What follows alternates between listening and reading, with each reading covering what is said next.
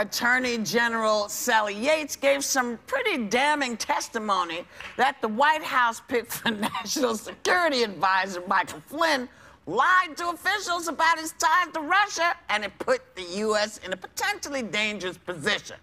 Now take a look.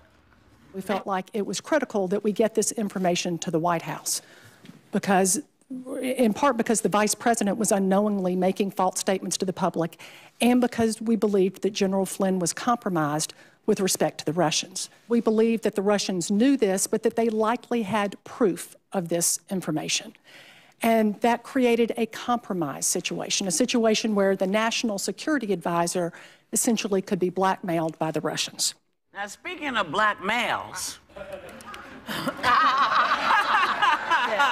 apparently President Obama also warned the White House that Flynn could be a problem.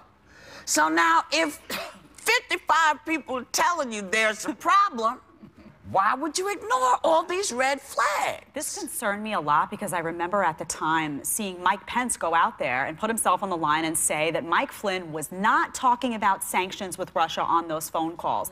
That turned out to be false. Now, he was given that false information and was out there jeopardizing his own reputation, his own credibility. And now I'm saying, if the White House top lawyer knew that that wasn't the case, and if President Trump knew that that wasn't the case, why did he put his vice president at the time out there to disseminate this false information and hence ruin his own credibility? I don't know. I really don't know because it doesn't help him. I was trying to think of an angle where it would help him, but that's your right-hand man. Other people in your cabinet like Paul Manafort and Carter Page and Rex Tillerson and Roger Stone that also have had connections with the Russians, and they maybe have had secret meetings, then you certainly don't want to fire one person because it leads to a trickle-down effect, right? So everybody he doesn't think he did anything wrong. In his own presser, he said that President Trump had said in the presser that he really didn't see anything wrong here.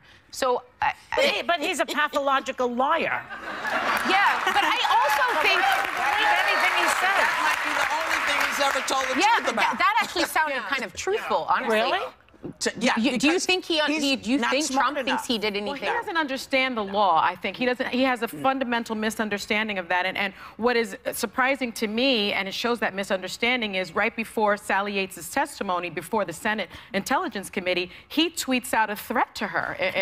He witness tampers. He said something like, ask Sally Yates under oath if she knows how classified information got into the newspapers soon after she explained it to White House counsel, implying somehow that she leaked. So that's how it happened, dude. Yeah, so I think what's, crazy about that is you have a president who is witness tampering, who's threatening a witness. Wait a minute. That's it gets 20 better. years in prison. So you have the outgoing president, who you know is not a fan of yours, doesn't have to tell you jack. Yeah. Doesn't have to tell you anything. Pulls your coattails and says, look, dude, you might not want to mess with it. I already been down this road, and this guy is not a good fit. He also said that about Kim Jong-un. He warned him about the North Korea dictator. He's your biggest problem. He was very nice to Trump, the betterment of the country, I think. Well, I think that was what we know of Trump. That was his stubbornness, saying, well, if President Obama is trying to tell me this, then I'm just not going to listen. But in this case, what he was saying was, this is someone whose name has come up too many times when we're researching and investigating Russia's potential involvement in our election. This is not someone you want at the forefront, which was a valid point. There's an interesting number. In Watergate, there was an 18-minute gap on the tape. And nobody really knew what Rosemary Woods, Nixon's secretary, erased 18 minutes of the tape, which was an incriminating. Remember that? Yes. Yeah. And in this case, Sally Yates tells him this guy is compromised. He's in bed with the Russians.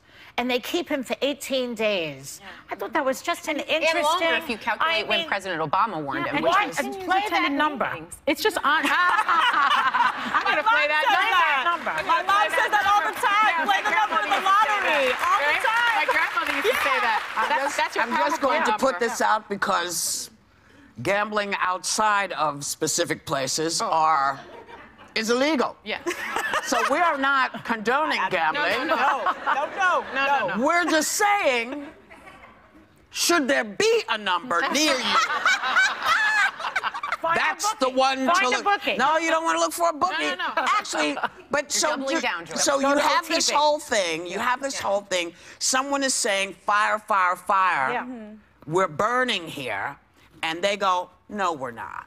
Yeah. Yeah, and I think what's also maddening is that he continues attending top-level security briefings. Right. He's attending a meeting with, With discussing Putin. Iran with Putin. Conversations He's back with on Putin. the phone with Yeah, Russia. He has the thing when they put Flynn. Iran on notice. Al in those Franken, 18 I days. think Al Franken was, Senator Franken was on the right path when he said, why would he do that? Which is, I think, where you're going, Jet. Why would he do that unless somehow he himself was compromised or other members of his I cabinet? can see that point, but it also tarnished his own credibility because your vice president, like I'm saying, is your right-hand man. So if he's out there saying something that's false, it makes him look bad. Well, and as him long makes as you look bad. long as he didn't know. Yeah, well, As long as he didn't listen. My impression of Mike Pence is that he did you know not what? know. In this administration, nobody knows what anybody knows. I just feel like, and that's what, and for me, that's what this kind of craziness does. It makes me suspect everybody. That's true, but Mike Pence, I can tell you just from following him for years, he's not stupid, and he wouldn't go. He's not a dumb guy. He wouldn't go out there and say something It's not about being stupid. that he It's knew would about bite him in the party behind. following. When you follow your party line and not the people's lines, it makes you do things that you would not normally do. And justify And justify it. So again, I'm not accusing Mike Pence. I'm saying, for me, it puts it in my head, well, what did you know? Or did you know? Or what the hell? Do you think Trump is scared right now? I think he's a little scared. I don't know if he's scared. I still believe he thinks he's golden. I don't know. I think Those tweets were pretty where there's smoke, remarkable. there's fire. Come on. Looks like he's on defense I don't know. now. I don't know. He's I on don't know. defense. I mean, he's